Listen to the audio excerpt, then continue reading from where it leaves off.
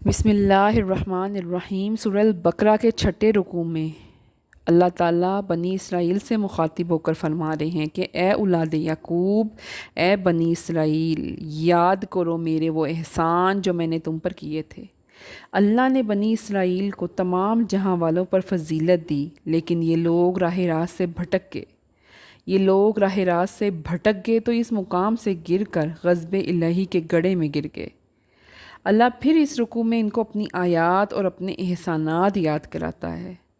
آگے ارشاد ہوتا ہے یوم قیامت، یعنی قیامت کے دن نہ کسی کافر کی توبہ قبول کی جائے گی اور نہ کوئی سفارش، اور نہ کچھ لے کر اس کافر کی جان چھوڑ دی جائے گی، اور نہ کوئی کسی کی مدد کرے گا۔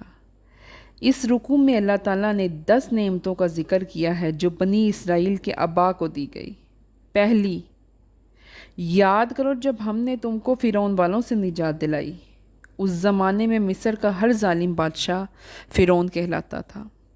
پھر اللہ عز و جل نے فرمایا عذاب کے بارے میں کہ کوئی عذاب اچھا نہیں ہوتا۔ بنی اسرائیل پہ فرعون سخت عذاب برپا کرتا تھا، میں نے تم کو اس عذاب سے نجات دلائی، تم تو برداشت ہی نہیں کر پا رہے تھے۔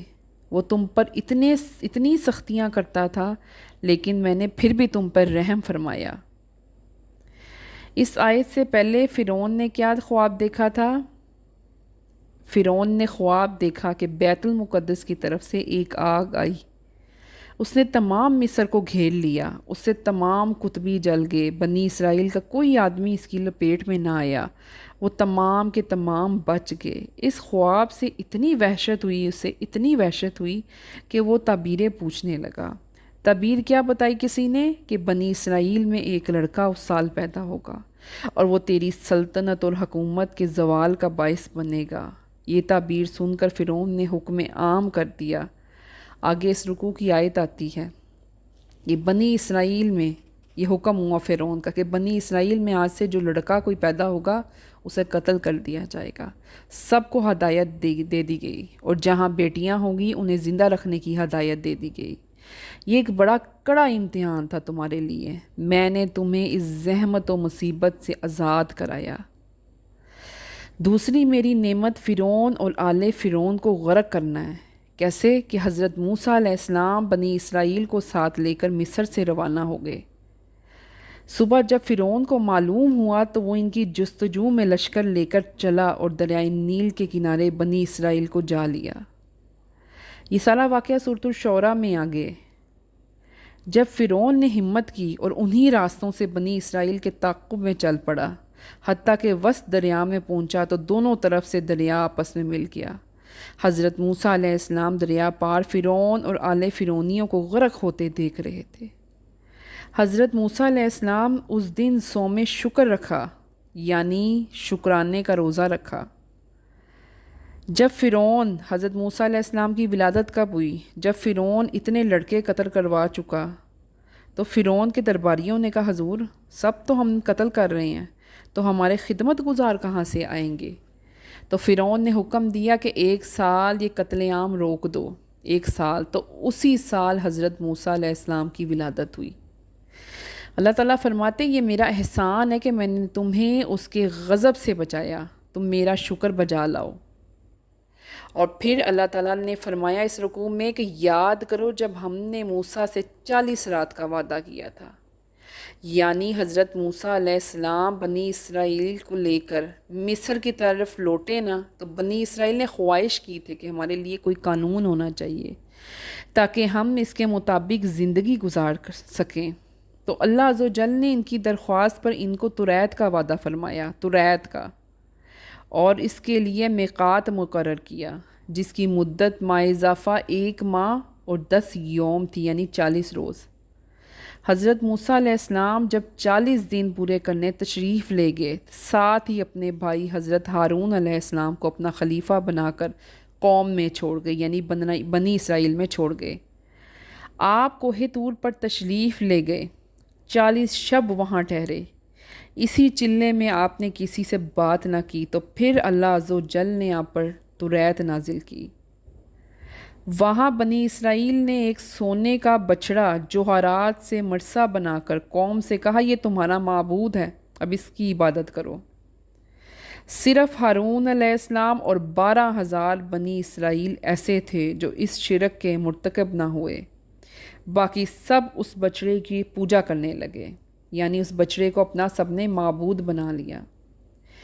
اللہ تعالیٰ نے بنی اسرائیل کو موسیٰ علیہ السلام کے ذریعے فرعون کی غلامی سے نجات دلائی، اور پھر جب حضرت موسیٰ علیہ السلام نے انہیں ان کے شرک پر ملامت کی تو انہوں نے عرض کیا کہ ہماری توبہ قبول کرا دیجیے، ہماری توبہ قبول کرا دیجیے، اور اللہ نے تمہیں معاف کر دیا۔ یہ اس کا احسان ہے تم پر کہ جب تم شرک کر بیٹھے نا، پھر تم نے توبہ کی تو اس نے تمہیں معاف کر دیا۔ اب آگے اللہ تعالیٰ ارشاد فرماتے ہیں کہ یاد کرو ہم نے موسیٰ کو کتاب عطا کی، حق و باطل میں تمیز سکھائی تاکہ تم لوگ ہدایت کے راستے پہ آ سکو۔ اور یاد کرو جب موسیٰ نے اپنی قوم سے کہا، اے میری قوم، تم نے بچڑا بنا کر اپنی جانوں پر ظلم کیا تو اپنے پیدا کرنے والے کی طرف رجوع کرو، آپس میں قتل نہ کرو ایک دوسرے کو، یہ تمہارے پیدا کرنے والے کے نزدیک بہتر ہے، اس نے تمہاری توبہ قبول کی، بے شک وہی توبہ قبول کرنے والا مہربان ہے۔ پھر آگے جب بنی اسرائیل نے توبہ کی تو اللہ عز و جل نے حکم فرمایا کہ حضرت موسیٰ علیہ السلام انہیں گائیں پوجنے کی عذرخواہی کے لیے تجلیات میں لائیں۔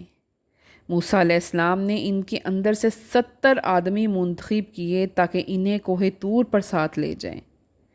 انہوں نے جا کر حضرت موسیٰ علیہ السلام سے عرض کی کہ موسیٰ، ہم آپ کا یقین یوں ہی نہیں کریں گے، ہم آپ کا یقین یوں ہی نہیں کریں گے جب تک آپ ہمیں اعلانیہ خدا کو نہ دکھا دیں، یعنی جب تک ہم اعلانیہ خدا نہ دیکھ لیں۔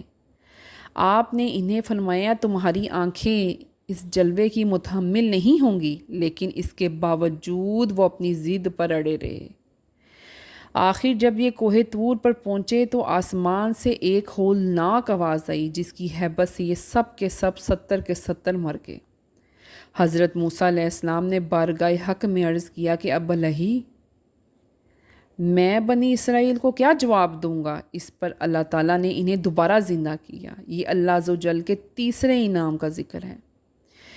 آگے اللہ تعالیٰ سے حضرت موسیٰ علیہ السلام کو اللہ تعالیٰ نے حکم دیا کہ مصر چھوڑ کر ملک شام جاؤ جہاں حضرت ابراہیم علیہ السلام مدفن ہے، وہاں وطن بناؤ، وہاں بیت المقدس بھی ہے۔ یہ حکم بنی اسرائیل پہ نہایت حیران کن گزرا، نہایت۔ پہلے وہ بہانے کرنے لگے لیکن پھر وہ مان گئے۔ جب وہ روانہ ہوئے تو راستے میں انہیں سخت دشواری کا سامنا کرنا پڑا۔ چلتے چلتے صحرا میں پہنچے جہاں نہ سبزہ نہ سایہ نہ غلہ، دھوپ کی شدت، گرمی کی مصیبت اور سخت بھوک۔ پھر حضرت موسیٰ علیہ السلام نے بارگاہ الہی میں درخواست دی کہ اللہ نے توبہ قبول کی اور بنی اسرائیل کے لیے ایک سفید ابر ظاہر فرمایا جو شب و روز ان کے ساتھ چلتا۔ یہ ان پر چوتھا احسان تھا۔ پھر اندھیری راتوں میں قطع مراحل کرنے کے وقت ان کے لیے ایک نوری ستون اترا جس کی روشنی میں چلتے اور کام کرتے۔ یہ 5واں احسان تھا، 5واں۔ پھر ان کے کپڑے میلے نہ ہوتے تھے۔ یہ ان پر 6واں احسان تھا کہ ان کے کپڑے گندے نہیں ہوتے تھے۔ ناخن اور بال نہیں بڑھتے تھے۔ یہ 7واں احسان تھا۔ اب سفر میں جو بچہ پیدا ہوتا اس کے ساتھ ہی اس کا لباس بھی آتا، اور اس لباس میں یہ خوبی ہوتی کہ بچہ جتنا بڑھتا جاتا اتنا اس کا لباس بھی بڑھتا جاتا۔ یہ 8واں احسان تھا۔ اور 9واں احسان یوں تھا کہ صبح صادق سے طلوع آفتاب تک ہر شخص کے لیے آسمان سے شیریں چیزیں اتاری جاتی۔ سلوا ایک چھوٹا پرند ہوتا، اس کو ہوا لاتی اور یہ شکار کر کے کھاتے۔ مگر جب بنی اسرائیل نے ان نعمتوں کی ناشکری کرنا شروع کی، یعنی کہ ان چیزوں کو اکٹھا کرنا شروع کیا، جمع کرنا شروع کیا، اور وہ چیزیں، وہ نعمتیں خراب ہونے لگی، یعنی گلنے سڑنے لگ گئی، تو انہیں ان نعمتوں سے محروم کر کے اس بددیانتی کی وجہ سے سزا اور عذاب نے مبتلا کر دیا گیا۔ اور 10ویں نعمت کا ذکر یوں ہوتا ہے کہ اے بنی اسرائیل، جب تم شہر کے دروازوں سے داخل ہوگے نا تو غرور نہ کرنا، سجدے کرتے جانا، توبہ استغفار کرتے جانا، نہایت عاجزی کے ساتھ اللہ کے حضور گناہوں کی معافی مانگتے داخل ہونا۔ اللہ تعالیٰ تمہارے گناہ معاف کر دے گا۔ بنی اسرائیل نے اللہ تعالیٰ کے اس حکم کی تعمیل نہ کی بلکہ نافرمانی شروع کر دی، اور پھر بنی اسرائیل نے شکر ادا کرنے کی بجائے بدکاری اختیار کی اور اللہ تعالیٰ کے احکام بدل کر ہنسی مذاق کرنے لگے۔ پھر ارشاد ہوا، ہم نے آسمان سے تم پر عذاب نازل کرنا ہے۔ اللہ تعالیٰ نے حکم دیا کہ اب میں عذاب نازل کروں گا تم پر آسمان سے۔ صدق اللہ العظیم۔